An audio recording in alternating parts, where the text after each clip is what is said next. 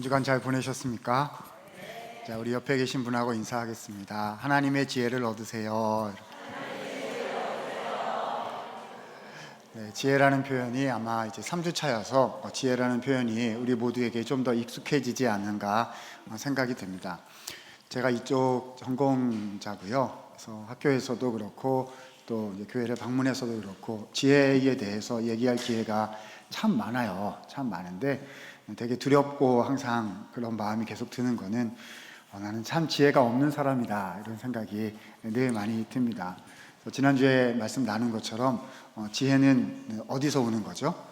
하나님을 두려워함으로부터 시작되는 거잖아요. 그래서 하나님이 주인이시고 주님이 높으신 분이시고 주님이 주권자이심을 기억하고 그렇게 살려고 하는 것 자체가 우리에게 하나님 경외고 지혜가 되는 것 같습니다.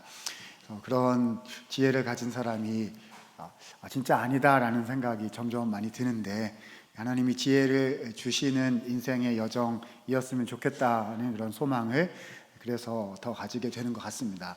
우리 성도님들께 하나님이 주시는 주님의 경외함과 지혜가 늘 함께 하시기를 소원합니다.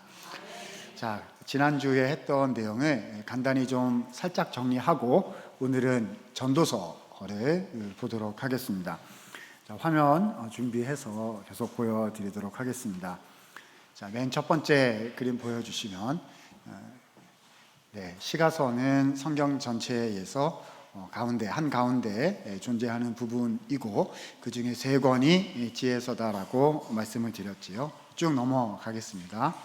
다음 페이지 보시면 그래서 시가서 5권이 나와 있고요. 그 다음 페이지에 보시면 지혜서는 욥기, 잠언, 전도서로서 삶의 현장에서 하나님을 경외하려고 하는 삶의 현장 이야기다.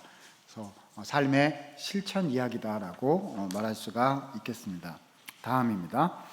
그래서 하나님의 백성은 어떻게 사는가를 성경이 우리에게 크게 2가지로 가르쳐 주는데요. 나중에 이 모든 내용이 결국 신앙 안에서 이제 하나로 연결이 될 텐데 하나인데요.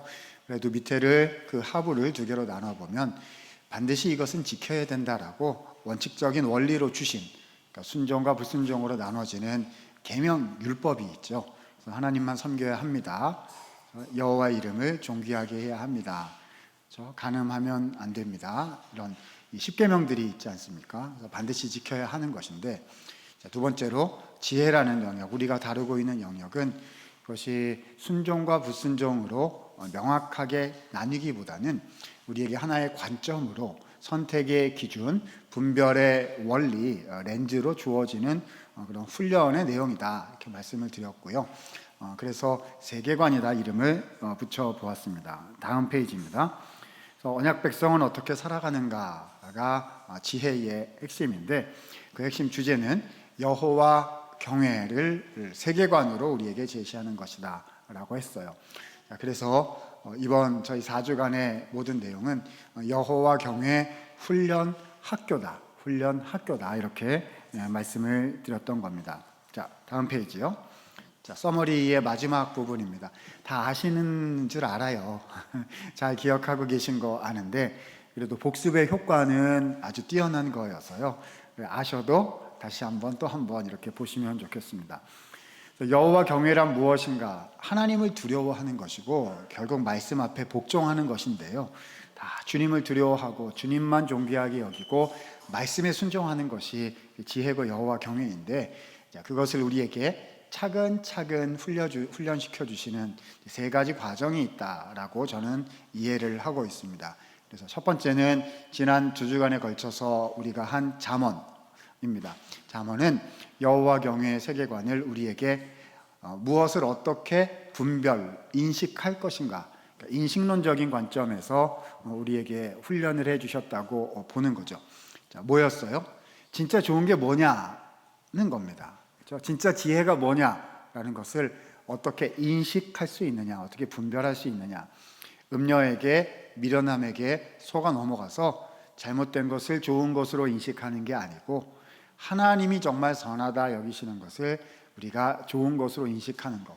그게 인식의 문제였어요. 자, 핵심 내용은 그래서 여호와를 경외하는 것이 지혜의 근본, 출발점입니다. 하나님을 경외하려 할 때에 그때의 지혜를 얻을 수 있습니다. 그래서 여호와 경외와 결혼함으로 지혜와 결혼한 인생이 되십시오. 이런 이야기를 인식이라는 관점에서 했던 겁니다. 여러분, 우리가 지난번에 보았던 것처럼요, 이 잠언은 청년들에게 주신 말씀입니다. 왜죠? 내 아들아, 내 아들아, 누구랑 결혼해라 라는 그 젊은이에게 주신 말씀이잖아요. 그러니까 신체적으로 이 자리에 계신 나이가 젊으신 우리 청년들에게 주신 말씀이다라고 해석할 수도 있고요. 물론 우리 청년들에게 이 잠언은 그래서 되게 아주 의미가 있죠. 뭘 선택해서 인생의 길을 잡을 것인가 그 결정하게 하는 렌즈니까요. 그렇지만 동시에 이것은 신체적인 청년뿐만 아니라 우리 여호와 경외 훈련 학교의 첫 과정이다. 그렇죠? 가장 젊은 단계의 초급 과정이다라고 할 수가 있겠습니다. 누구랑 결혼할 것인가? 그래서 청년 시대. 그 31장의 현숙한 여인의 송가 부분에서 보았던 것처럼 중년 정도까지에 이르는 그런 과정을 보여주는 거죠. 신앙 안에서 하나님을 경외하려고 결정을 처음 하게 되는 사람, 그리고 그 결정을 해서 신앙의 삶을 어느 정도 살아낸 사람의 이야기가 잠언 이야기다. 그렇게 생각할 수가 있는 것입니다. 그리고 나면 인생을 한번 살아본 사람이 여호와를 경외하는 게 무엇인지에 대해서 되돌아보면서 뒤돌이켜보면서 알려주는 메시지를 우리는 만나게 됩니다. 바로 오늘 우리가 보려는 무슨 책이죠? 전도서예요. 그래서 약간 조금 쉽게 풀어서 그렇게 설명하자면, 약간 재미있게 표현을 하자면, 다 해봤는데 헛되더라 라는 이야기가 전도서에 나오게 되는 거죠. 나쁜 의미로 헛되다는 뜻이 결코 아닐 거예요. 아주 깊은 의미로 헛됨의 의미를 우리에게 알려주십니다. 그래서 전도서는 이따가 정리하겠지만 존재론적인 의미에서 여호와 경외를 조망해 주시는 책이 되겠고요. 다음 주에 할 욥기는 신론이라는 측면에서 여호와 경외를 우리에게 알려주시는 그런 마지막 과정 단계가 되겠습니다. 자, 이런 큰 그림을 생각을 다시 하시면서 오늘은 두 번째 중급 과정인 전도서로 들어간다는 겁니다. 이 부분은 우리 연배가 좀 있으신 우리 성도들께서 삶의 여정을 많이 살아보셨기 때문에 이 마음에 가슴에 와서 닿는 부분이 많이 계시리라고 생각이 되고요. 그렇지만 또 이 훈련 과정 중에서는 잠언의 청년 시절, 젊은 시절, 초급 과정에 여호와 경외 과정에서 정말 나는 주님을 두려워함으로 선택을 했습니다 라는 이 선택의 과정을 경험을 해보셔야, 그래야 이 전도서 말씀이 우리 가슴에 더 다가오고 더 의미가 될 수 있으리라고 또 생각이 됩니다. 자, 이렇게 설명을 드린 후에 전도서로 들어가도록 하겠습니다. 자, 이제 전도서 시작해도 될까요? 네, 좋습니다. 자, 성경책 좀 펼쳐 놓으시고요. 그 다음에 저 자료는 참고하시고 화면 보시면서 가시면 좋겠습니다. 자, 화면 보여주시면 됩니다. 자, 1장 1절 한번 찾아서 읽어볼까요? 전도서 1장 1절입니다. 자, 성경책 찾으셔서 같이 한번 읽어보도록 하시죠. 시작. 다윗의 아들. 자, 여기 보면 누구의 말씀이라고 했습니까? 다윗의 아들이고 예루살렘 왕 솔로몬이라고 글자로 적혀 있지는 않은데 전통적인 우리 보수 신학에서는 솔로몬으로 생각하고 해석을 하고 있습니다. 네, 저도 그 의견을 받아들여서 오늘 그 관점에서 말씀을 드릴 건데요. 특별히 전도서의 말씀을 전달한 사람을 뭐라고 부르고 있어요? 전도자다라고 부르고 있습니다. 전도자다라고 부르고 있는 거거든요. 전도사님인가? 목사님, 강도사님 말고 전도사님 얘기하는 건가? 아니, 그렇지 않아요. 또 예전에 보면 우리 교회에 전도인이라고 부르는 분들이 또 계셨어요. 그래서 전도하시는 분인가? 나가서 복음 전하고 예수님 믿으세요 하시는 분인가? 아니요, 그런 뜻은 아니고요. 원문을 그대로 직역을 해보면 어떤 뜻이라고요? 모으는 자라는 뜻이 되겠습니다. 기본적으로는 회중을 이렇게 불러 모은 거예요. 사람들을 막 모은 사람, 그렇죠? 그렇게 해석할 수도 있고요. 소수 의견이지만은 정보를 모은다라는 뜻으로도 불가능하지는 않을 것 같아요. 그래서 모아서 이렇게 회중을 모아서 전달하여 자신의 경험을 전달해서 가르치는 사람을 전도자다라고 오늘 성경 원어는 이야기하고 있는 것입니다. 그래서 전통적으로 솔로몬 왕으로 이해하고 있습니다. 가장 많이 듣는 질문은 이거지요. 그렇죠? 솔로몬이 언제 이 얘기를 했습니까? 물어보시는 성도님들이 제일 많으신 것 같아요. 그래서 솔로몬이 범죄하기 전에 이렇게 다 얘기해놓고 그 다음 타락한 것입니까? 아니면 솔로몬이 타락을 한 다음에 인생 말미에 가서 그거 내가 잘못했구나 라고 생각하고 전도서를 기록한 것입니까? 라고 가끔씩 물으세요. 제 답은 잘 모르겠다입니다. 그렇죠? 이렇게 볼 수도 있고 저렇게 볼 수도 있는데요. 성경 본문 자체가 무엇라고 말씀해주고 있지 않아서 뭐라고 명확히 말씀을 드릴 수가 없겠습니다. 우리는 솔로몬 이 전도자를 통해서 주신 그의 경험이 녹아 들어있는 본문을 통해서 하나님의 음성을 들어야 되고 하나님의 지혜를 얻어야 되는 것이겠지요. 어쨌든지 간에 이 솔로몬이 인생 최고의 당대의 부귀와 영화를 누렸던 사람이기 때문에 그런 측면에서 솔로몬을 생각하면서 오늘 본문을 보면은 될 것으로 생각이 됩니다. 자, 다음으로 넘어가면은요. 자, 여러분 전도서 한번 읽어 보셨지요? 그죠? 전도서 이해하는 게 쉬우시던가요? 어려우시던가요? 우리 상암교회 성도님들은 훌륭하셔서 읽으면 다 이해가 되시는군요. 저는 굉장히 어렵던데요. 그렇죠? 이렇게 한 구절 보면 무슨 말인지 알겠는데 그 다음을 쭉 연결해서 이해를 하려면 아주 어려워요. 이 전도서의 히브리어 원문은 그렇게 어렵지 않거든요. 그렇죠? 이게 난이도가 높은 원문이 아니에요. 그런데 번역을 하거나 문맥을 잡거나 전체 책의 구조를 짜거나 그런 게 되게 어려워요. 그래서 지난번에 보여드렸던 잠언은 구조가 딱딱딱 짜여져 있거든요. 1장부터 9장, 10장부터 몇 장, 맨 마지막에 현숙한 여인의 송가. 그래서 구조조차도 오묘합니다. 제가 주님의 말씀은 구조조차도 오묘합니다 막 이렇게 말할 수가 있거든요. 근데 전도서는 이렇게 열심히 들여다봐도 구조, 문맥 이런 거 찾는 게 너무 어려워요. 그래서 이런 생각도 들어요. 전도서의 구조를 잡는 것도 헛된 일이다 이런 생각이 들 정도로 모르겠어요. 제가 한 5년 10년 있다가 와 여러분 오묘한 구조를 발견했어요. 제가 또 그럴지 모르겠는데 아니요, 되게 어려운 책 중에 하나가 전도서인 것 같습니다. 왜냐하면요, 읽어나가다 보면 좀 앞뒤가 서로 잘 어울리지 않는, 그렇죠? 안 믿는 사람들이 읽다가 보면은 어쩌면은 앞뒤의 이야기가 서로 상충한다, 그렇죠? 앞뒤가 안 맞는다라고 얘기할 법한 그런 내용들로 꽉꽉 차 있기 때문입니다. 자, 그래서 전도서에 두 가지 메시지가 있다라고 흔히들 얘기를 하는데 이 두 가지가 처음 봐서는 이게 앞뒤가 안 맞는 것 같거든요. 자, 전도서의 두 가지 사상의 맥이 무엇이냐? 자, 첫 번째는요.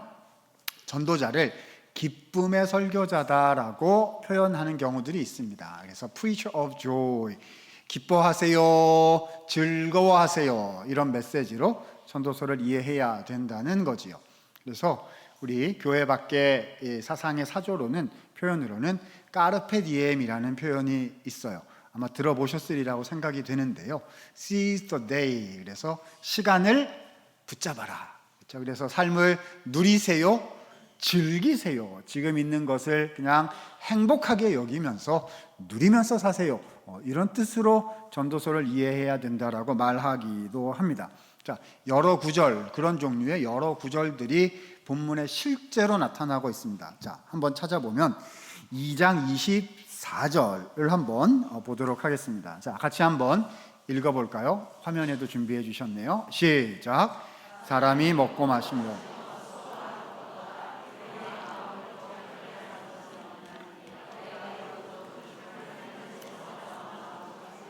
자, 뭐 하라는 겁니까? 드세요. 맛있게 드세요. 그렇죠? 그다음에 수고하고 열심히 사시고요. 먹고 마시자 하시라는 겁니다. 우리 마음을 되게 기쁘게 하는데 누구에게로부터 이것이 온 것이다? 하나님으로부터요. 오늘 이제 돌아가셔가지고요. 또 내일까지 또 쉬시는 분들도 많이 계실 텐데요. 그렇죠? 저녁에 맛있는 거 잡수세요. 가족끼리 모여가지고요. 맛있는 거 드시고 하하호호 즐겁고 재미나고 행복하게 사세요. 내가 성도라고 해서 이렇게 즐거워하면 안 되는 거 아닌가? 여기 있잖아요. 그렇죠? 먹고 마시고 즐거워하고 주님 주신 것을 누리시기 바랍니다. 완전 좋아요. 그렇죠? 야, 성경에 이런 것도 있구나라는 생각이 드는 거죠. 굳이 더 살펴보지 않아도 3장, 5장, 9장에 이런 종류 말씀이 굉장히 많이 나타나고 있습니다. 자, 9장 9절 한번 가서 볼까요? 9장 9절 가서 보시면 뭐라고 기록하고 있느냐? 자, 제가 한번 읽어보도록 하겠습니다. 내 헛된 모든 평생의 날, 곧 하나님이 해 아래 내게 주신 모든 헛된 날에, 자, 뭐라고 되어 있습니까? 내가 사랑하는 아내와 함께 즐겁게 살지어다. 그것이 내가 평생에 해 아래에서 수고하고 얻은 내 몫이니라. 이 전도서에 몫이라는 말, 분깃이라는 말이 자주 등장해요. 하나님이 내 삶에 주신 기업이라는 거죠. 그렇죠?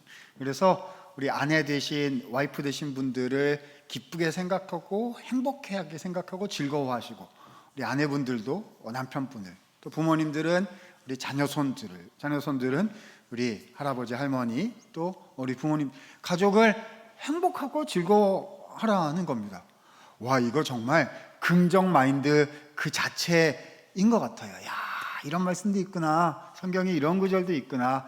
와, 오늘 가족들이랑 놀러 가야 되겠다. 그렇죠?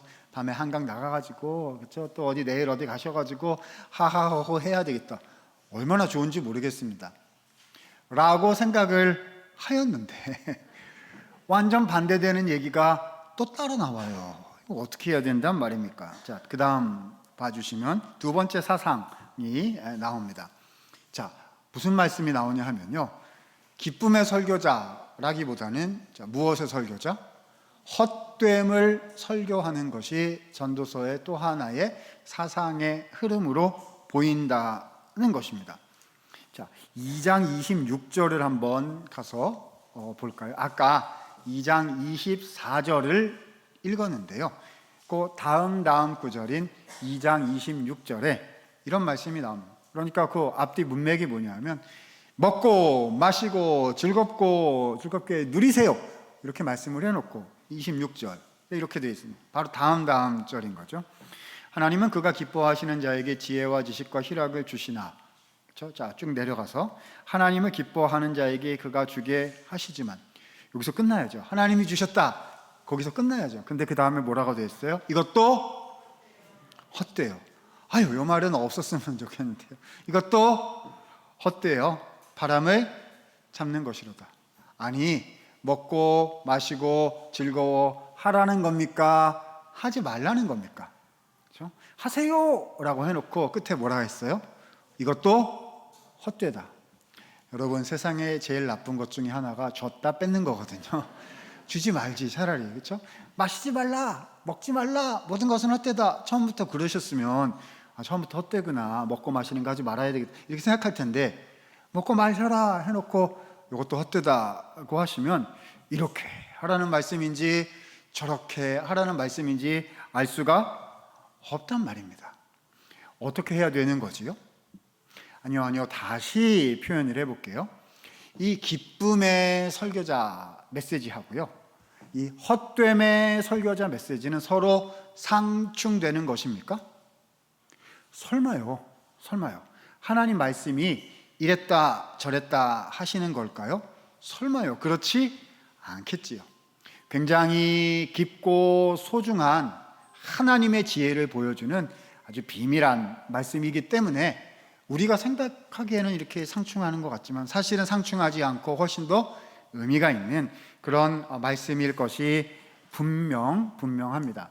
자, 그래서 오늘 우리는요, 전도서 12장에서 가장 중요하다고 생각이 되는 전도서의 첫 부분, 그리고 전도서의 마지막 부분을 중심으로 해서 어떻게 이 기쁨의 메시지와 헛됨의 메시지가 서로 하나가 될 수 있는지를 보려고 하는 것이고, 그 내용이 하나님을 경외하는 신앙으로 어떻게 귀결되는지까지를 살펴보려고 하는 것입니다. 자, 다음 페이지 봐주시면 좋겠습니다. 자, 그래서 전도서의 구조에 대해서 말씀을 드려보면요, 아까도 말씀드렸듯이 잠언처럼 딱딱딱딱 정교하게 짜여진 구조를 발견하기는 어려운 것 같지만, 그래도 굉장히 중요한 첫 번째 부분과 마지막 부분이 있습니다. 그래서 전도서 서론인 1장 1절부터 11절을 처음으로 볼 것이고요, 여기에 헛됨이란 무엇인지에 대한 첫 번째 의미가 나오게 될 겁니다. 그리고 결론 부분으로 가서 12장, 마지막 장이에요. 전도서가 12장까지 있거든요. 그래서 12장을 보면서 헛됨의 몇 번째 의미요? 두 번째 의미를 12장에서 발견하게 될 거예요. 자, 왜 이렇게 짜느냐? 1장과 12장에 헛됨이란 말이 아주 많이 등장하는 그 핵심 구절이 양장의 1장과 12장에 있기 때문입니다. 그래서 저는 오늘 헛됨의 세 가지 의미를 말씀을 드릴 거예요. 자, 몇 개 한다고요? 헛됨의 의미? 헛됨의 의미 첫 번째, 두 번째, 세 번째 해가지고 세 번째까지 하면 오늘 전도서 이야기가 마치게 될 것입니다. 자, 첫 번째 의미로 한번 가보려고 하는데요. 자, 전도서 1장 2절 말씀을 한번 읽어보면서 시작을 해보도록 하겠습니다. 자, 너무너무 잘 아시는, 잘 알려진 구절이겠죠. 자, 같이 한번 읽어봅니다. 시작. 전도자가 이르되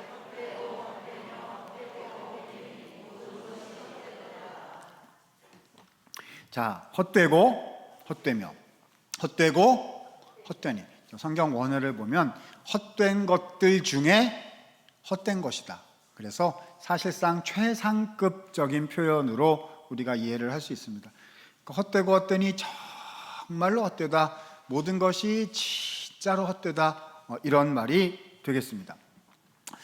사랑하는 여러분, 이 말이 무슨 말일까요? 여러분, 인생이 헛되다는 말이 좋으세요? 좀 별로세요? 저는 되게 별로예요. 그렇지 않으세요? 그렇죠? 일주일 동안 월화수목금토 하나님께서 주신 우리 자리에서, 가정에서, 직장, 또 사회에서 열심히 사시다가 교회 탁 오면, 주일 교회 오거나 뭐 금요일 날 기도하러 오거나 막 이러면 저는 어떤 메시지를 듣고 싶을 것 같냐면 이런 말 듣고 싶을 것 같아요. 여러분, 우리의 인생은 헛되지 않습니다. 그렇죠? 그리스도 안에서 모든 것은 의미가 있습니다. 그렇죠?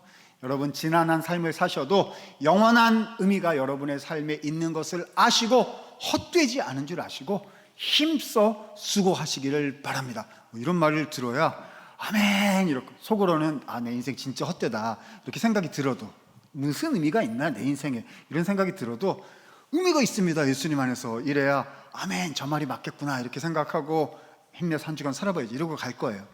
근데 교회 왔는데, 그렇죠? 맨날 앞에 나온 사람이 헛되며 설교자여가지고요, 맨날 하는 말이 뭐예요? 여러분, 인생은 헛돼요.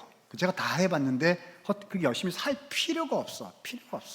다 헛되니까 그런 줄 아세요, 그런 줄 아세요라고 백날 설교를 하면은요, 교회 갈 때 막 힘이 쭉쭉 빠질 것 같아요.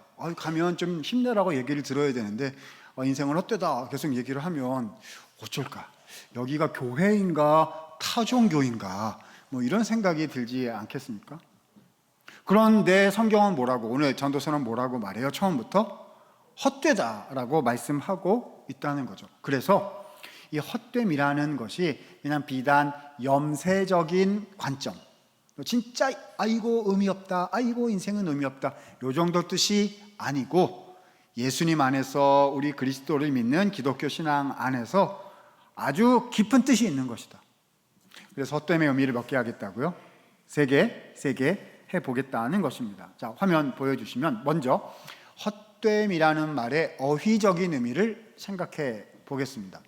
자, 헛됨이라고 이제 번역을 했어요. NIV 성경 같은 데 보시면 meaningless, 그래서 의미 없다, 아이고 의미 없다, 뭐 이런 식으로 받아들여야 될 것처럼 되어 있는데, 실제로 헛됨이라는 말, 헤벨이라는 말이거든요. 이 말은 숨결 정도의, 호흡 정도의 뜻을 가지고 있습니다.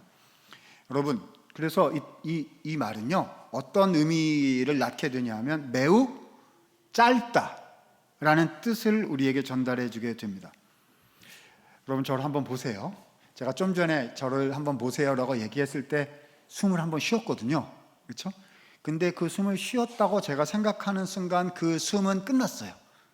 그죠? 자, 짧아요, 길어요? 매우 짧죠. 그렇죠?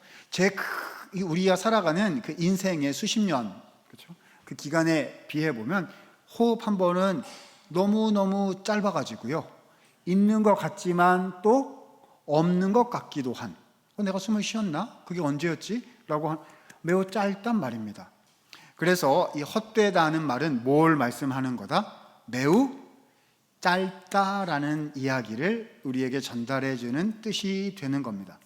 그래서 조금 이따 나오겠지만요, 이것은 우리의 인생이 매우 짧다. 그래서 뭐가 눈앞에 있다라고 얘기하는 거냐면 죽음이 내 눈앞에 있다 라고 얘기하는 게 바로 헛되다, 짧다라는 그런 어휘의 의미가 되겠습니다. 자, 그러면 이 인간의 인생이 굉장히 짧다, 호흡 한 번과 같다라는 뜻인데, 이 뜻이 우리에게 어떤 메시지를 주는지에 대해서 하나, 둘, 셋, 원, 투, 쓰리가 나오는 거거든요. 그 첫 번째 의미가 전도서 1장 앞부분에 나타나고 있습니다. 자, 내려봐, 그 다음 거 보여주시고요. 전도서 1장 4절을 읽어보면서 1장 이야기를 좀 해보도록 하겠습니다. 자, 1장 4절 같이 한번 읽습니다. 시작. 한 세대는 자, 2절에서 모든 것이 헛되다 하셨잖아요. 그래서 이 헛되다는 말을 설명하는 것이 1절부터 11절, 1장 1절부터 11절이 헛됨, 모든 것이 헛되다라는 것을 설명하는 내용인 거예요. 그 중에 4절은 이렇게 말씀합니다. 한 세대는 가고 한 세대는 오되 땅은 영원히 있도다. 자, 여기에서 세대라는 말은요, 인간을 가리킵니다. 그렇죠? 자, 그래서 한 세대가 어떻게 해요? 가고 한 세대가 왔다라고 표현했어요. 제가 저기는 저렇게 적었습니다만 성경 원어, 성경 말 순서는 한 세대가 갔다, 그리고 한 세대가 온다, 그리고 하반절에는 땅은 그대로 있다 이렇게 되어 있습니다. 여러분, 여기서 땅은 뭘 말하는 거냐면 모든 피조세계를 말하는 거예요. 그러니까 피조세계는, 그러니까 땅은 그대로 있어요. 근데 한 세대가, 그러니까 무대 중심 표현이죠. 그렇죠? 땅 중심 표현인 거예요. 땅은 그대로 있는데 한 세대는 가고 한 세대는 온다는 겁니다. 전도서에서 간다는 말은 죽는다는 말이고요, 온다는 말은 태어난다는 말입니다. 그러니까 땅은 그대로 있고 한 세대가 죽어서 갔고 그 다음 세대가 태어나서 왔다라는 말인 거죠.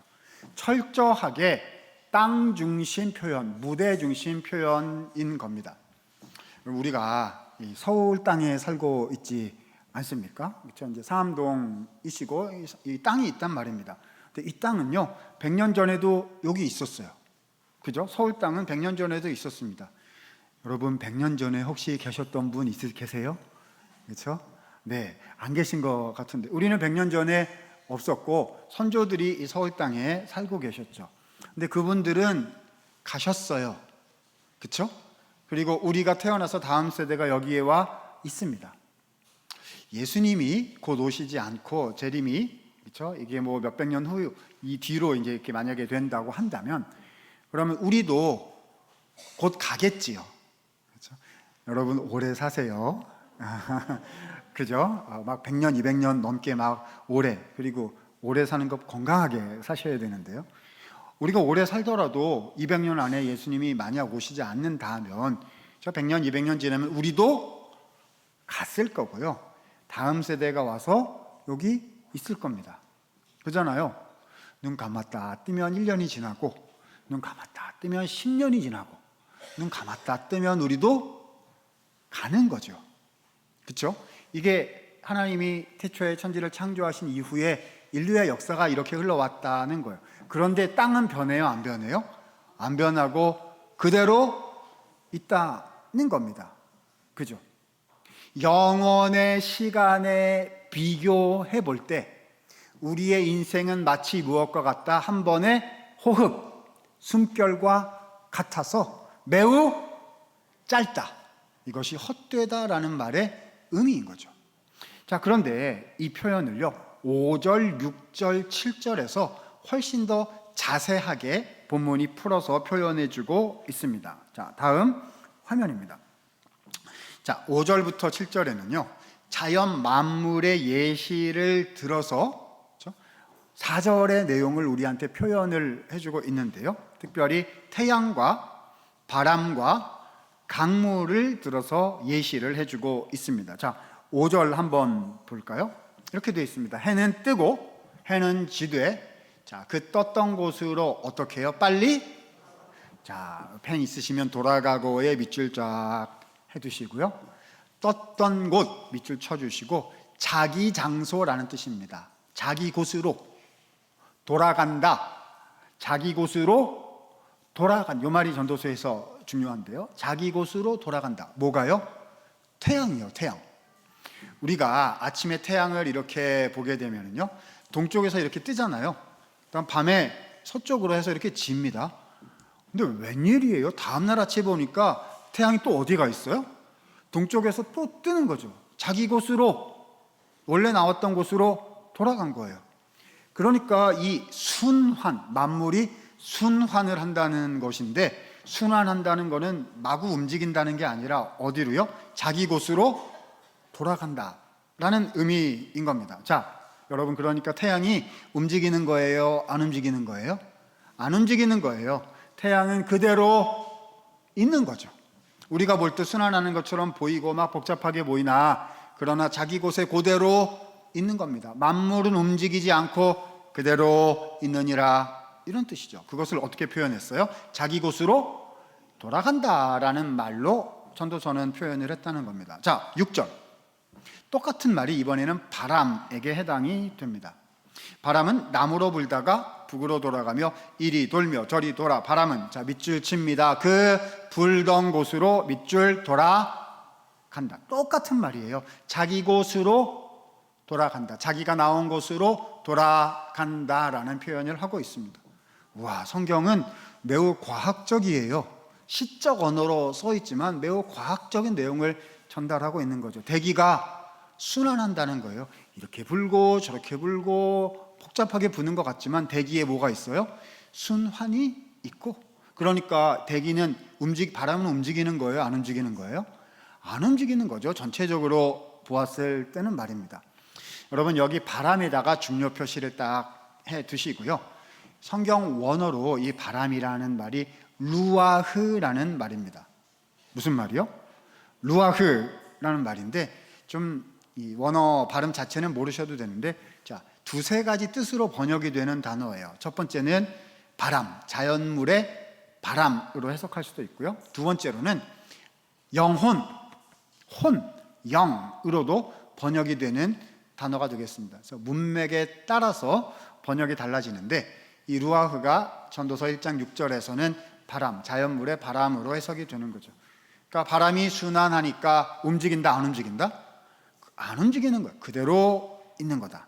자, 7절 보시면은요, 7절에는 강물 이야기가 나옵니다. 바다로 흐르되 바다를 채우지 못하여 어느 곳으로 흐르든지 그리로 연하여 흐르느니라. 자, 부드럽게 한국말 성경에 번역이 되어 있는데 맨 마지막에 돌아가서 다시 간다, 이렇게 되어 있습니다. 돌아가서 다시 간다라는, 돌아간다라는 표현이 이 강물에도 있어요. 물이 순환한다는 거죠. 강물이 돼가지고 쭉 흘러가지고 바다로 갔다가 바다에서 수증기가 돼가지고 구름으로 갔다가 다시 비로 내려와서, 그렇죠? 강물로 이렇게 들어가는, 자, 물의 순환을 이렇게 설명하고 계시는 것입니다. 자, 만물은 어떻게 해요? 자기 곳으로 돌아가서 순환하는 거니까 변한다, 안 변한다? 안 변한다 라는 것을 이렇게 말씀하고 계세요. 아까, 자, 땅은 영원히 그대로 있다라는 말을 다시 한번 풀어서 설명을 하신 거지요. 그런데 자기 곳으로 돌아가서 순환하지 않는 예외가 되는 종류가 딱 하나가 있어요. 그들이 누구냐는 것이죠. 자, 그 다음 9절부터 11절 말씀 한번 보실까요? 자, 9절 보면 모든 만물이 피곤하다는 것을 9절입니다. 이미 있던 것이 후에 있겠고 이미 한 일을 후에 다시 할지라. 자, 해 아래는 새 것이 있다 없다? 없다는 거죠. 자, 10절 가서 한번 볼까요? 자, 무엇을 가리켜 이르기를 보라 이것이 새 것이라 할 것이 있으랴. 우리가 있기 오래전 세대들에도 모든 것이 이미 있었다. 자, 11절 읽습니다. 시작. 이전 세대들이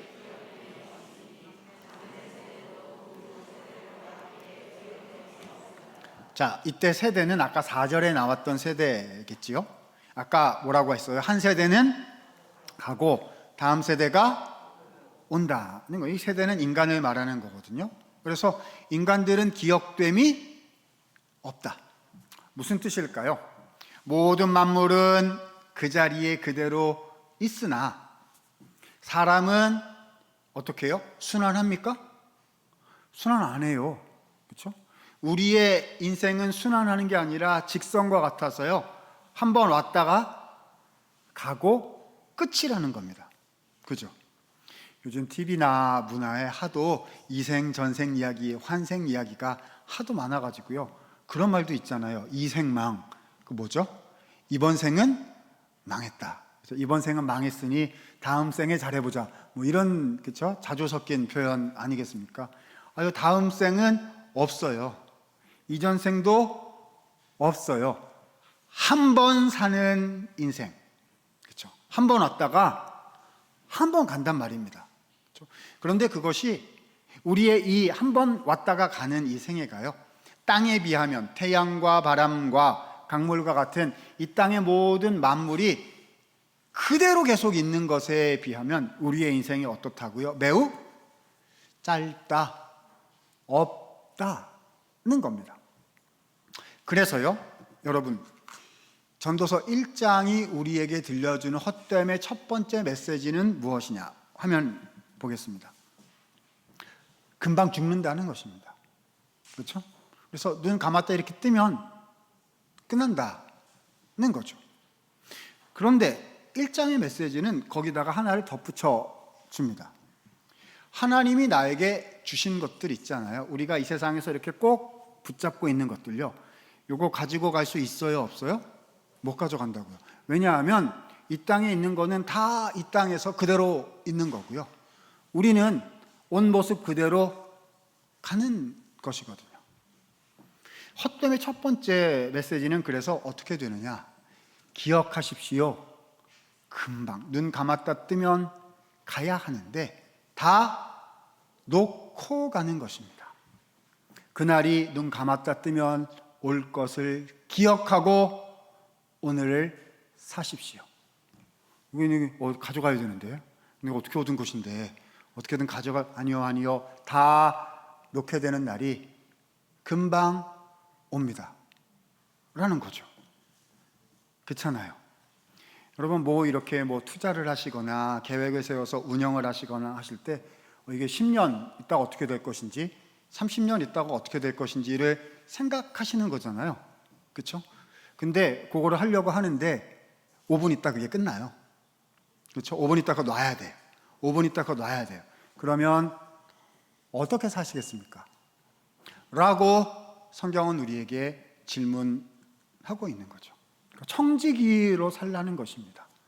하나님이 맡겨주신 것이 내 것이 아니므로 내 건 것처럼, 내가 여기에 대해서 소유권이 있고 주장할 권리가 있는 것처럼 착각하지 말고 오늘 좀 있다가 놓을 줄로 생각하고 하루하루를 사십시오.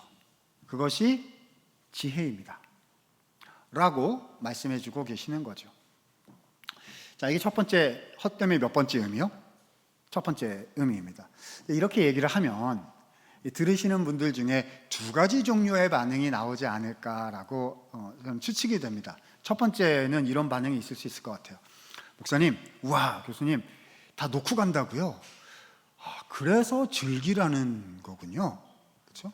이거 가지고 아등바등 하는 게 아니라 놓을 거니까 편한 마음으로 누리고 즐기라는 거군요.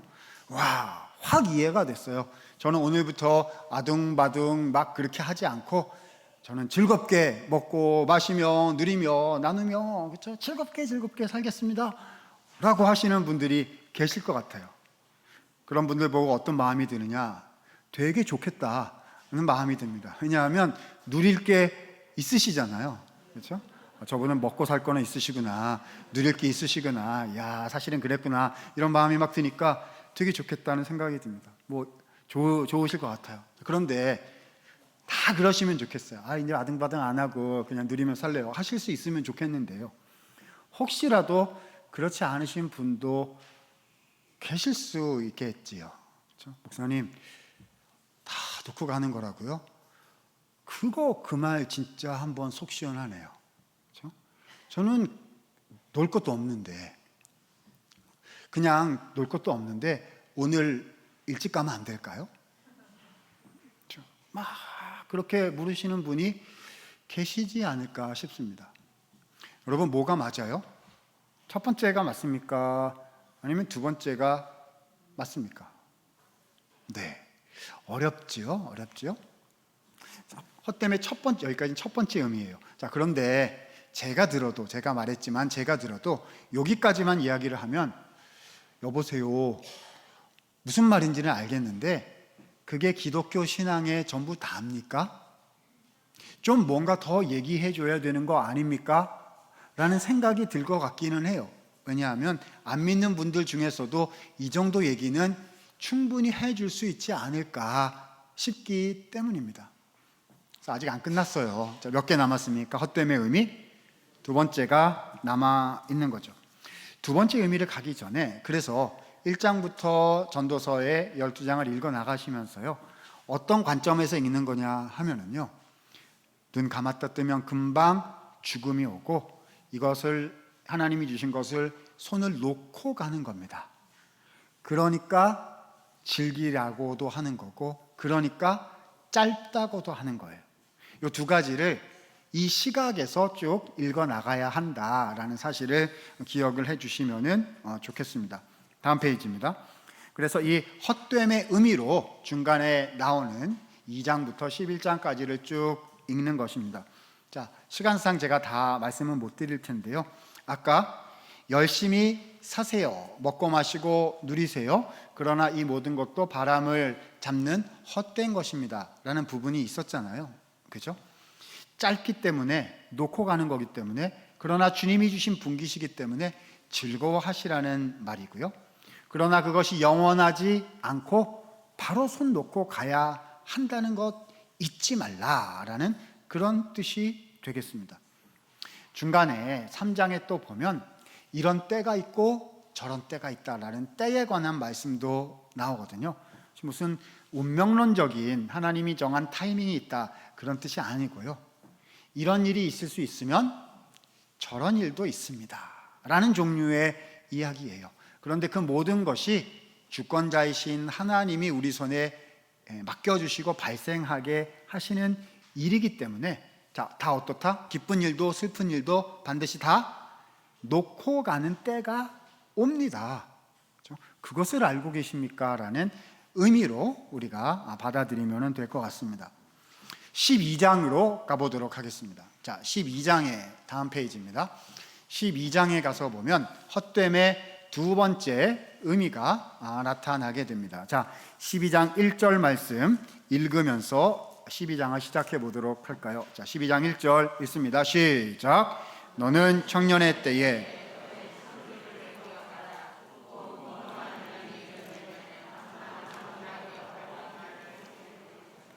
자, 헛되다라는 말씀만큼이나 이 12장 1절은 전도서에서 가장 잘 알려진 구절일 겁니다.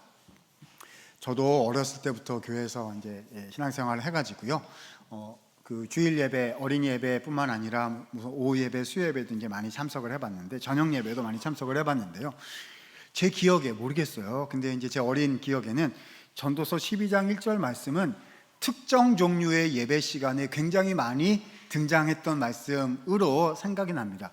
여러분은 어떠셨어요? 무슨 예배에 제일 많이 나올 것 같으세요? 중고등부 헌신 예배, 청년부 헌신 예배 때 나이 지긋하게 드신 어르신 목사님이 오셔서 이 말씀을 가지고 설교를 하셨던 기억이 이렇게 납니다. 제가 저 뒤에서 이렇게 봤는데요, 실제로 눈에는 안 보였는데 제가 다 봤어요. 뭘 봤냐 하면요, 너는 청년의 때에 창조주를 기억하라는 말씀을 앞에서 성경 봉독을 하는 순간 제가 봤어요. 작년 성도님들의 귀가 이렇게 돼 있다가 다 닫혀요. 이렇게 다 닫혀요.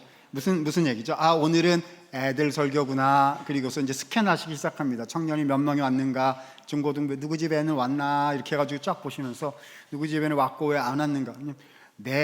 나한테 주는 말씀이 아니라 애들한테 주는 말씀이다, 이렇게 생각을, 그 분위기가 좀 그렇지 않았나 싶습니다. 질문요, 이 말씀은 젊은 20대, 10대에게만 주시는 말씀일까요? 어떨 것 같으세요? 자, 보세요. 청년의 때에 라는 말이 나오고요, 누구를 기억하라? 창조주를 기억하라고 하셨습니다. 청년의 때란 말은 무슨 뜻이고, 그리고 또 왜 하필이면 창조주를 기억하라고 하신 걸까요? 구속주를 기억하십시오, 여호와를 기억하십시오, 뭐 좋은 표현 많잖아요. 근데 특별히 창조주를 기억하라고 하신 그 이유는 뭘까요? 답을 어디서 찾아야 되겠죠? 본문에서 답을 찾아야 할 것입니다. 자, 1절 다시 화면에 있네요. 자, 청년의 때는 언제냐? 본문이 뭐라고 설명하냐 하면 곤고한 날이 오기 전이 청년의 때다, 이렇게 되어 있어요. 1절 내용입니다. 자, 곤고한 날은 언제죠? 아무 낙이 없다고 할 해가 오면 그때가 곤고한 날이고 그때까지가 다 청년의 때다라고 말씀하고 있는 거거든요. 자, 2절로 한번 가보도록 하겠습니다. 그럼 곤고한 날이 언제냐? 청년의 때가 끝나는 날이 언제냐? 해와 빛과 달과 별들이 어두워지는 날이 바로 청년의 때가 끝나는 곤고한 날입니다. 자, 해와 빛과 달과 별들이 어두워지는 날이 무슨 날이냐에 대해서 여러 종류의 의견이 있는데 제일 잘 알려진 건 두 개입니다. 첫 번째는요, 개인 종말의 날인 거죠. 그러니까 죽어서 눈 감는 거예요. 눈 감아요. 그러면 빛이 보여요, 안 보여요? 안 보이죠. 그러니까 그날이 곤고한 날이다 라고 해석하기도 하고요. 두 번째로는 우주 종말의 날이다. 그러니까 주님 다시 오셔서 새하늘과 새 땅이 되고 그 우주가 달라지는 마지막 날, 세상의 마지막 날, 뭐 이런 정도의 뜻인 거겠죠. 그때는 우리가 눈에 보는 이 해, 달, 별 이런 것보다 이제 새하늘과 새 땅이 되는 것이니까 그것들이 이제 빛을 잃는다, 이제 그런 표현으로 이해하기도 합니다. 다 해석은 가능하리라 생각이 되는데 저는 오늘 첫 번째 종류, 개인 종말의 날 쪽으로 한번 풀어보려고 합니다. 이렇게 되면은요, 그 이하 12장 3절부터 쭉 내려오는 여러 가지 설명들이 뭐라고 이해가 되냐 하면 육체의 노화 과정, 그렇죠? 노쇠, 몸이 늙어가는 과정으로 이해가 된다는 거거든요. 자, 3절 한번 보도록 하겠습니다. 3절부터 쭉 한번 화면에 주시면요, 이렇게 되어 있습니다. 그 곤고한 날이, 종말의 날이, 빛을 잃는 날이 오게 되면은 집을 지키는 자들이 널 것이다. 어렸을 때 교회 어르신들 이렇게 이제 뵙게 되거나, 그렇죠? 이제 할아버지 할머니 이렇게 뵙게 되면 몸에 힘이 없어지신대요. 그렇죠? 그래가지고 가다가 이제 넘어지시기도 하고, 그래가지고 이제 몸이 떨린다. 몸이 노화해 간다는 거죠. 힘 있는 자들이 구부러질 것이며, 다 이제 나이 들면서 굽어진다는 겁니다. 요즘에는 별로 없으신데요, 예전에는 교회에서 어르신들이 이렇게 보면은 허리가 기역자로 되신 장로님, 권사님들이 있으셨어요. 이렇게 지팡이 짚고 다니시는데 저는 이제 어렸을 때 이렇게 보면 아, 사람의 허리가 기역자도 있구나. 이제 애기 눈에는 신기하게 보이는 거죠. 근데 요즘에는 뭐 철분도 드시고 오메가3도 드시고 이러셔가지고 허리가 다 꼿꼿하신데, 예전에는 그러니까 육체의 노화 과정을 설명하고 있는 거죠. 맷돌질 하는 자들이 적음으로 맷돌질 하는 자들이 적어진다. 이거 뭐죠? 이가 빠져가지고, 그쵸? 씹을 수가 없다는 말입니다.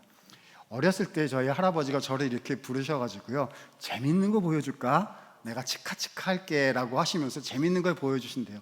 저는 진짜 놀랐습니다.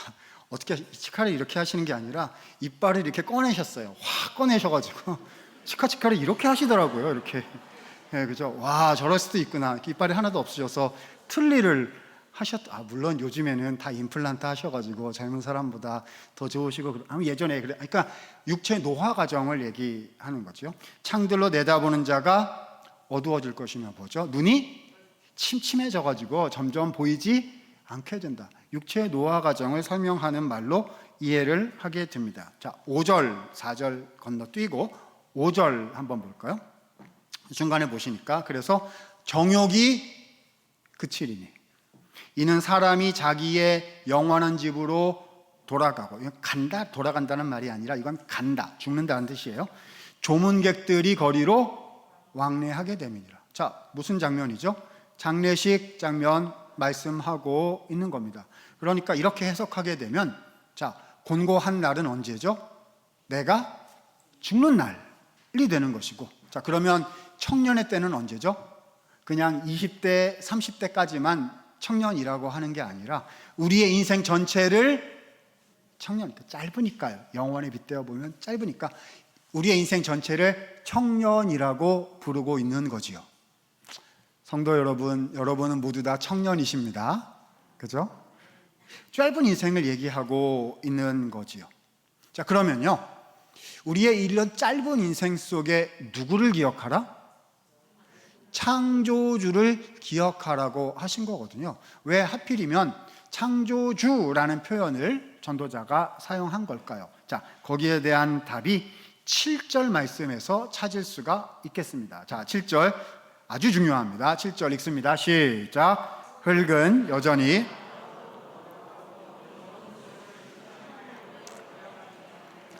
자, 펜 있으시면 밑줄 쫙쫙 네모꽝 별표 하십니다. 돌아간다라는 말이 2번 나왔습니다. 무슨 단어가요? 돌아간다. 사람이 돌아간대요. 아니요, 아까 1장에서요, 돌아간다는 말은 사람한테는 쓸 수 없는 말이라고 했습니다. 돌아간다는 말이 어디에 자꾸 나왔었죠? 태양은 떴다가 지고 자기 곳으로 돌아간다, 순환한다, 안 움직인다 할 때 썼던 말이 돌아간다라는 말이었어요. 바람도 이리 불고 저리 불어 자기 곳으로 돌아가고, 강물도 자기 곳으로 돌아가고. 사람은 돌아가요, 안 돌아가요? 아니라고요. 왔다가 간다, 한 번밖에 없다 라고 1장에서 그렇게 강조했고, 그러니까 눈 감았다 뜨면 손 놓고 가는 거니까 그걸 생각하고 사세요 라고 지금까지 계속 얘기를 해온 거거든요. 그런데 전도서 맨 마지막에 와서 뭐라고 말씀하냐면 이런 거지요. 우리도 돌아간다 하는 겁니다. 내가 나온 곳이 있고, 순환한다는 건 아니에요. 순환한다는 건 아니지만 내가 나온 곳이 있어서 그 나온 곳으로 돌아간다 라고 7절은 말씀하는 거죠. 자, 그러면 내가 나온 것이 어디냐, 돌아갈 곳이 어디냐, 2가지로 나눠서 말씀합니다. 첫 번째, 다시요, 화면 7절 말씀 본문을 보여주시면요, 흙은 어디로 돌아간다? 땅으로 돌아간다. 여기서 흙이 뭘까요? 우리 육신이죠. 창세기에 보면 흙으로 사람을 지으셨다 해서 우리의 육신은 땅으로 돌아갑니다. 물론 그리스도의 부활로 인해서 장차 영화로운 몸의 부활이 있을 것인데요, 이것은 죽는 순간을 지금 이렇게 표현하고 있는 거예요. 그렇죠? 흙은 땅으로 돌아간다. 그게 끝이 아니라는 겁니다. 자, 영은이라고 나와요. 이게 루아흐라는 말이거든요. 1장에서 이 루아흐라는 말은 바람으로, 자연물의 바람으로 해석을 해요. 바람은 불고 자기 곳으로 순환하고 움직이지 않는 거예요. 그런데 인간에게도 루아흐가 있어요. 바람 같은 게 있단 말입니다. 그렇죠? 그게 뭐예요? 보이지 않지만 있는 거. 뭐예요? 영혼. 우리의 영이 있는 거죠. 우리의 영은 어디로 돌아간다? 그 영을 주신, 이때 주신이란 말이 원어를 직역하면 창조하다, 만들다라는 단어예요. 내 영혼을 만드신 분께 돌아간다는 거예요. 창조주 여호와 하나님께로 간다는 거죠. 여러분, 나를 만드신 분이 계시잖아요. 물론 육신적으로는 우리를 만들어주신 부모님이 계시죠. 그렇죠? 그래서 그 부모님을 귀히 여기고 존중하는 것이 주님의 명령입니다. 그렇지만 궁극적으로 내 영혼, 우리를 만드신 분은 누구이십니까?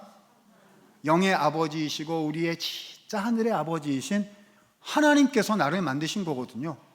어쩌다가 태어나신 게 아니란 말입니다. 아이고 의미 없게 태어난 게 아니란 말입니다. 태어날 때 인간의 눈으로 보면 이런 경우도 있고 저런 경우도 있어. 그렇죠? 내 인생에 생긴 모양이 마음에 안 들 수 있는데요. 그러나 나를 만드신 분은 누구시라고요? 하나님의 뜻과 계획과 그분의 존엄하신, 그렇죠? 의지에 의하여, 그분의 귀하신 나를 향한 계획으로 인하여 날 만드셨다고요. 근데 눈 감았다 뜨면, 그렇죠? 이 짧은 인생이 지나가는데 돌아갈 곳이, 집이 있다는 거예요. 돌아갈 곳이 있다는 거예요. 거기가 어디입니까? 나를 창조하신 아버지께로, 창조주께로 돌아가게 된다는 거죠. 그래서 12장 1절에 뭐라고 말씀하신 것입니까? 너는 청년의 때에 누구를 기억하라? 창조주를 기억하라. 눈 감았다 뜨면 끝나는데, 감았다 뜨면 어디가, 누구를 만나러 간다? 나를 만드신 분을 만나러 가게 된다. 자, 그러면 나를 만드신 분을 만나러 간다는 것의 의미는 뭘까요? 그것을 13절, 14절, 전도서 마지막 구절입니다. 13절, 14절 말씀이 설명을 해 주십니다. 자, 그 전에 8절에 뭐라고 기록이 되어 있느냐 하면은요. 자, 같이 읽습니다. 시작. 전도자가 이르되, 자, 아까 1장 2절에 나온 말씀이 12장 8절에 한 번 더 나오는 거예요. 그러니까 1장의 헛됨의 의미가 한 번 설명이 되는 거고, 12장 8절에 12장 전체 문맥에서 헛됨이 무엇인지 한 번 더 자세히 설명이 되는 거죠. 자, 그러면 창조주께로 눈 감았다 뜨면 헛되어서 돌아가게 되는 것인데, 거기 가면 무슨 일이 생기느냐? 13절, 14절 말씀이 되겠습니다. 자, 읽습니다. 시작. 이래 결국을 다 들었으니.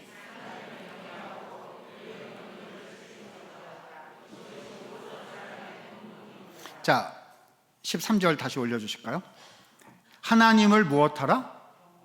경외하라. 자, 여호와 경외 훈련학교잖아요. 하나님을 경외하는 거는 뭘까요? 이게 이제 우리의 본분이고 인생 전체, 이게 인생의 전부이다라는 뜻이에요. 인생이 뭐냐? 인생의 전부는 하나님을 경외하는 거다. 자, 그 말씀의 뜻이 14절에 자세히 풀어져 있습니다. 자, 14절 읽습니다. 시작. 하나님은, 자, 눈 감았다 떴어요. 나를 만드신 창조주 앞에 갔어요. 그분을 경외해야 되는 건데, 근데 경외한다는 거는 뭐냐? 뭘 기억하는 것이냐? 경외는 창조주께서 심판하신다를 기억하는 게 경외입니다. 다시요. 경외는 뭐죠? 창조주께서 심판하신다는 것을 기억하는 것이 경외라는 겁니다. 자, 모든 행위와 모든 은밀한 일을 선한 것인지 악한 것인지 다 주님이 분별 평가하셔서 그것에 대해서 책임을 물으시고 그에 따라 합당하게 갚으실 것이다. 그럼 저 한번 보세요. 진짜로 하나님이 그렇게 하실까요? 그렇게 하실 수 있을까요? 내가 한 은밀한 모든 일들까지 다 아실까요? 옛날 분들은 이걸 어떻게 믿었는지 모르겠는데 요즘 분들은 이해하실 수 있을 것 같아요.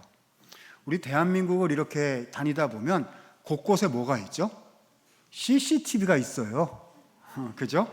나도 모르는 사이에 온갖 차와 온갖 건물과 온갖 동네방네에서 나를 누가 찍었을지 모르거든요. 자, 우리가 눈 감았다 떠서 주님 앞에 갔습니다. 천사들이 쫙 대기하고 있어요. 버튼 들고 대기하고 있습니다. 얘들아, 준비됐느냐? 네, 주님, 준비되었습니다. 틀으라 하시면은 쫙 내가 태어났을 때부터 쫙 트는 거예요. 그쵸? 이제 잘한 것도 나오겠지만 남몰래 한 모든 것까지 다 나올 것이거든요. 여러분 같으면 어떻게 하시겠어요? 끝까지 같이 시청하시겠어요? 저 같으면 주님 인정합니다. 제가 죄인인 것을 인정합니다 하고 그냥 인정해 버리지 않고 나올 거니까, 다 나올 거니까. 창조주이신 우리 주님께서는 우리의 모든 행위를 아시고 우리 마음의 의도와 동기까지 다 아심으로 그분 앞에 숨길 수가 없을 거예요. 눈 감았다 뜨면 나를 만드신 분 앞에 서게 될 것인데 그분께서 나의 모든 행위와 은밀한 마음의 것들까지 심판하실 것입니다. 그러니까 심판의 날이 금방 오는 줄, 오늘 오는 줄로 믿으시고 하루하루를 사십시오. 이것이 헛됨의 두 번째 의미인 거죠. 쉽게 말을 바꿔볼까요? 아까 첫 번째는 뭐죠? 다 놓고 가는 거예요. 들고 못 가요. 다 놓고 가는 거니까 아둥바둥 하지 마시고 놓고 가는 줄로 알고 사세요. 이게 첫 번째였잖아요. 두 번째는 뭐죠? 다 들고 갑니다. 그렇죠? 소유는 놓고 가는데요. 그거 가지고 어떻게 살았는지는 다 가지고 간단 말입니다. 그래서 평가받는다는 거죠. 완전 부담스러워요. 우리 상학교 성도님들은 믿음이 좋으셔서 아멘 해주셔서 너무 감사한데요. 좀 믿음이 연약하시거나 인간적인 마음이 깃들거나 이러면은 이럴지도 모르겠습니다. 목사님 그 두 번째 거는 뺍시다. 두 번째 그거 하지 말고 첫 번째 거 이렇게 해서 그냥 우리 영혼이 소멸하는 것으로, 한마는 이 세상 소멸하면 가는 것인데 그냥 다 두고 가요 뭐 이러면 속이라도 편할. 근데 어디로 간다고요? 창조주 앞에 가서 다 심판받을 것이니, 그렇죠? 심판받은 것을 오늘도 준비하면서 사세요. 이러면 맞는 말씀인데 내가 예전에 지은 죄가 있고, 그렇죠? 나에게 연약함이 있고, 우리 가정에 묻어있는데, 삶에 묻어있는 그것들이 있는데 어떻게 해야 됩니까? 아직도 내가 해결이 자신이 없는 나의 부분들이 있는데 어떻게 해야 합니까? 이런 생각이 막 묻어나오는 것 같습니다. 괜찮아요. 몇 번째가 남았어요? 헛됨의 세 번째 의미가 남았습니다. 사실요, 전도서의 메시지 자체는, 본문 설명 자체는 12장에서 여기서 끝납니다. 그런데 여기서 끝낼 수가 없는 것이요, 전도서에 이 다루는 그 주제가 죽음이잖아요. 우리의 인생의 궁극적인 그 지점에 대한 메시지이기 때문에 전도서에서만 끝낼 수 없고 성경 전체에서 이 죽음과 삶에 관한 것을 어떻게 가르치고 계신지 큰 성경의 틀에서 하나 더 보아야만 할 것입니다. 그래서 세 번째 헛됨의 의미를 제가 우리가 믿는 복음의 진리에 근거해서 표현을 해보도록 하겠습니다. 여러분, 우리는 다 죄인이어서요, 의인은 없나니 하나도 없다고 하셨기 때문에 우리의 가진 모습을 그대로 가지고 창조주 앞에 서서 심판을 받게 되면 주님 앞에 잘했다 칭찬받을 사람, 의인이라 인정받을 사람 한 명도 없을 겁니다. 다 하나님의 심판의 안으로 다 들어가고 말겠죠. 그런데 우리 하나님께서는 주님의 그 위대하시고 선하신 구속의 경륜으로 인하여 우리가 들어가야 할 죽음을 한 걸음 앞서 우리 대신 먼저 경험하게 하셨습니다. 누구에게요? 구원자이신 예수님을 보내셔서 내가 받아야 하는 죽음을, 내가 받아야 하는 심판을 대신 받게 하셨다는 거예요. 그렇죠? 여러분, 예수님 믿으시죠? 예수님을 믿음으로, 예수님의 대속의 죽음으로 나의 모든 죄가 사함을 얻고 하나님의 자녀가 된 것을 믿으시지요? 그렇다면 이 죽음이라는 주제에서도 지금부터 말씀드리는 것도 동일하게 믿으셔야 할 것입니다. 자, 눈 감았다 떴어요. 저도 이거 안 해봐가지고 성경 말씀대로 전하는 겁니다. 저도 가본 적이 아직 없어서요. 언젠가 우리가 거기서 만날 것인데요. 그렇죠? 자, 감았다 떴어요. 그러니까 창조주 앞에 이렇게 섰습니다. 틀어라. 이제 이 장면이죠. 틀면 끝나요. 그렇죠? 심판 이렇게 하면 영원한 멸망으로 우리는 가야 할 것인데, 그때 중보자 되신, 우리의 죽음을 대신 감당하신 우리의 구주이신 예수님께서 보좌 우편에서 우리를 위하여 중보하시는 거지요. 사랑하는 아버지, 이 사람은 저 예수 그리스도의 이름을 믿은 신자입니다. 하나님께서, 아버지께서 영원 전부터 계획하신 구원을 그리스도의 이름으로 선물로 얻은 주님의 성도요, 아버지의 자녀입니다. 우리 예수 그리스도의 공로가 있는 것이죠. 그때 창조주이시오 심판주이신 우리 하나님께서 일어나셔서 만면에 큰 웃음을 띠시며 우리를 그 넉넉한 품에 이렇게 안아주시면서 말씀하실 거예요. 사랑하는 내 딸아, 사랑하는 내 아들아, 집에 돌아온 것을 환영한다. 영어로 웰컴 홈 하시면서 이렇게 안아주실 거예요. 그죠? 다르게 한번 표현을 해볼까요?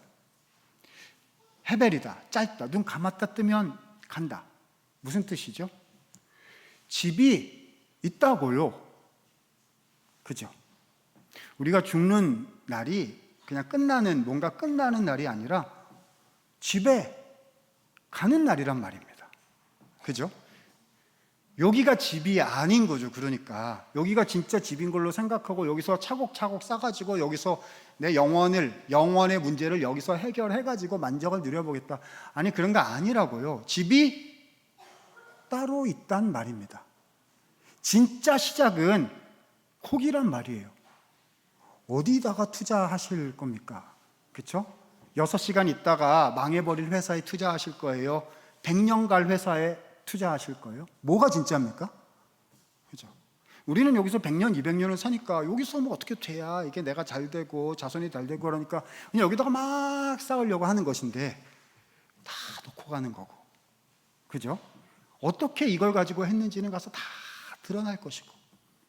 그런데 이렇게 부족하고 연약한 나를 위해서 가장 큰 사랑을 주신 아버지가 계시고 예수님이 계시는 집이 있다는 겁니다.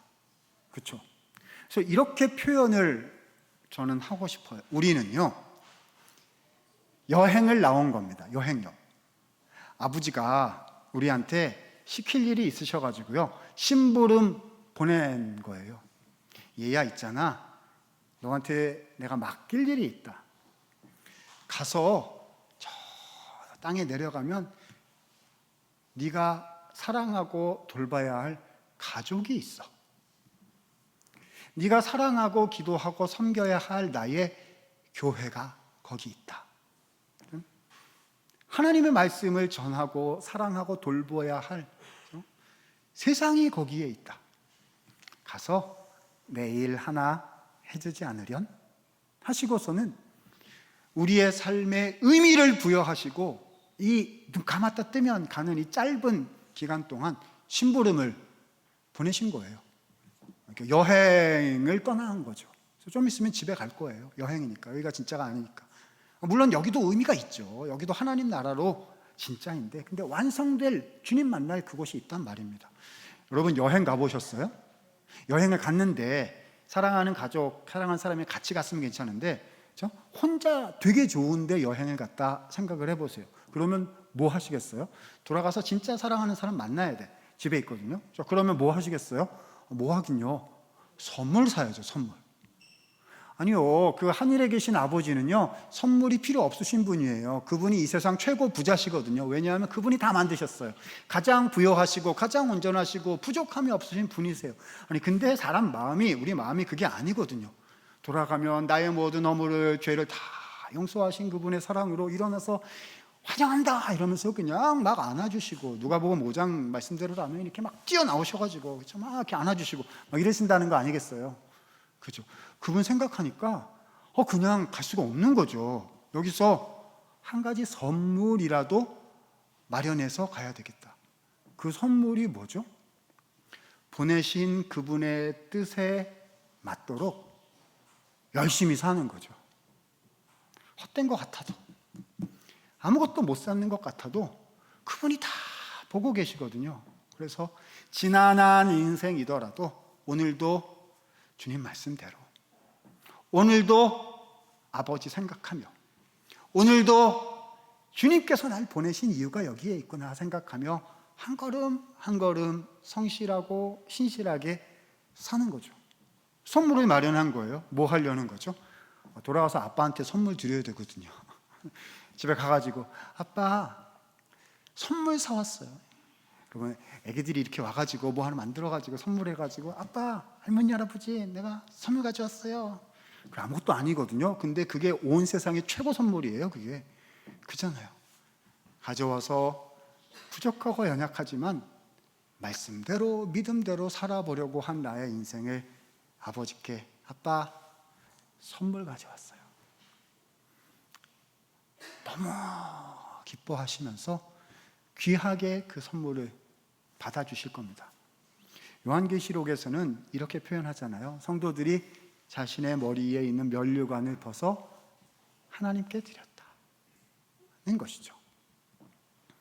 헛됨의 세 번째 의미는요, 짧다는 것인데 우리의 인생이 의미가 있다는 거예요. 영원의 의미가 우리의 삶 안으로 들어와 버린 거예요.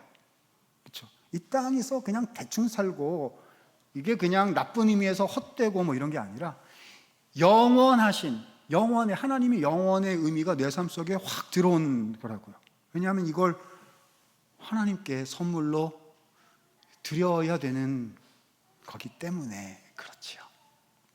아까 첫 번째 한 다음에 반응이 두 개 있어요. 금방 놓고 가는 거예요. 그러면 반응이 두 개 있을 것 같다라고 제가 예상해서 말씀을 드렸어요. 자, 첫 번째 무슨 반응이었죠? 그렇군요. 이제는 아둥바둥 안 하고 먹고 마시고 누리고 쓰고 이렇게 할게요. 좋습니다, 여러분. 하나님께서 여러분들의 삶에 주신 것 그렇죠? 누리세요. 마음껏 사용하세요. 한 가지는 기억하셔야 될 것 같아요. 그 하나님이 주신 것을 가지고 기뻐하고 누리는 것이 주님의 뜻인데 그 모든 것을 가지고 주님께 선물로 드리게 되는 거죠. 많이 받으시고요. 많이 누리시고요. 그리고 주님을 위해서 쓰시고 어려운 분들을 위해서 주의 교회를 위해서 복음을 위해서 긍휼을 위해서 복의 통로가 되셔서 많이 나누시고요. 저는 나눌 게 별로 없는데요. 기도로 나누시고 사랑으로 나누시고 주님이 너무너무 기뻐하실 선물이 되는 거지요. 목사님, 저는 가진 게 없어요. 하나님 저한테는 지식도 안 주신 것 같고 재물도 안 주신 것 같고 한만 많은 것 같아요. 아니요, 여러분. 끝이 아니라고요. 여기가 끝이 아니에요. 먼저 가면 안 될까요? 오늘 먼저 혼자 하나님 안 불러도 먼저 가고 아니, 그러면 안 된다고요. 아빠 만나러 가는 날이라 아빠가 불러야 가는 거니까요. 그렇죠? 아버지가 나를 여기에 놓아두신 동안 눈물 많고 한 많고 속상한 거 많은 이 땅에서의 삶이지만 주님 나를 보내셨으니 그 믿음으로 이제는 돌아가면 영원이거든요. 진짜가 아직 시작을 안 한 거예요. 진짜가 시작을 안 했는데 이게 끝이라고 생각하면 안 되는 거죠. 주님, 영원의 삶이 주님과 함께 시작되는 것임을 믿고 그래서 내가 영원의 삶을 준비해서 이 선물을 주님께 아버지께 드리는 것으로 믿고 힘들고 어렵지만 기도하고 믿음으로 소망을 가지면서 제가 하나님의 성도로 하루하루를 살겠습니다. 이렇게 할 때 우리의 인생은 짧으나 하나님 앞에 여호와를 경외하는 지혜로 살아갈 수 있게 되는 거지요. 중급과정입니다. 여호와 경외 세계관 학교의 중급과정. 자, 뒤쪽에 좀 보여주시면은요, 그 부분. 여호와 경외 세계관은 존재론적 의미가 있습니다. 그러니까 나는 누구인가, 내 존재는 무엇인가를 명확히 보는 거죠. 잠언은 세상과 세상에 일어나는 일이 무엇인가를 보는 거예요. 뭐가 좋은 겁니까? 를 볼 수 있는 것. 그게 잠언이 청년들에게 가르쳐주는 가르침이고요. 전도서는 인생 전체 노년의 과정에서 인생 전체를 돌아본 전도자, 우리 신앙의 선배가 우리에게 알려주는 하나님의 뜻이 그 안에 담겨 있는 말씀을 주시는 거죠. 나는 누구고 나는 왜 여기에 있는가를 이해하고 살아갈 때에 내 인생이 분별이 된다는 것입니다. 여러분, 오늘부터 지금까지도 우리 삼 성도님들은 그렇게 사셨으리라고 생각이 되는데요, 오늘부터 다시 한번 더 믿음을 내셔서 이 하나님을 경외하는 사람으로 살아가실 수 있으면 좋겠습니다. 어떻게 살아야 되는 거죠? 내 인생은 존귀한 영원한 인생이에요. 그렇죠? 하나님이 잠시 이 땅에 보내신 인생으로 주님을 경외하며, 다시 말해 아버지께 드릴 작지만 귀한 선물을 준비하고 있는 인생인 것을 분명히 아시고 보셔서 이렇게 주님 앞에 말씀으로 순종하며 주님 앞에 드릴 선물을 준비해 가겠다, 오늘부터 다시 힘있게 준비해 가겠다라는 지혜와 믿음 가지실 수 있게 되기를 소원합니다. 여기까지 알게 되면은요, 잠언도 알고 전도서를 알아서 그렇게 하루하루 최선을 다해서 살겠습니다, 이렇게 할 거거든요. 그런데 이제 다음 주에 다룰 욥의 이야기에서 근데 그렇게 살았는데 인생에 문제가 생겨요. 그때는 어떻게 할 것인가 하는 것을 욥기를 통해서 제일 최고급 과정으로 다음 주에 살펴보도록 하겠습니다. 기도하겠습니다.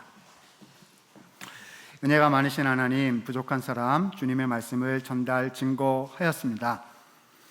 헛된 인생의 의미를 알려주셔서 아버지께 드릴 작지만 귀한 선물을 준비하는 존귀한 인생인 것을 깨닫고 그 하나님께 순종하며 여호와를 경외하며 살아가기로 우리가 다짐하기 원하오니 우리 한 사람 한 사람에게 하늘의 지혜로 덧입혀 주시옵소서. 감사하옵고 구주 예수님 이름으로 기도드리옵나이다. 아멘.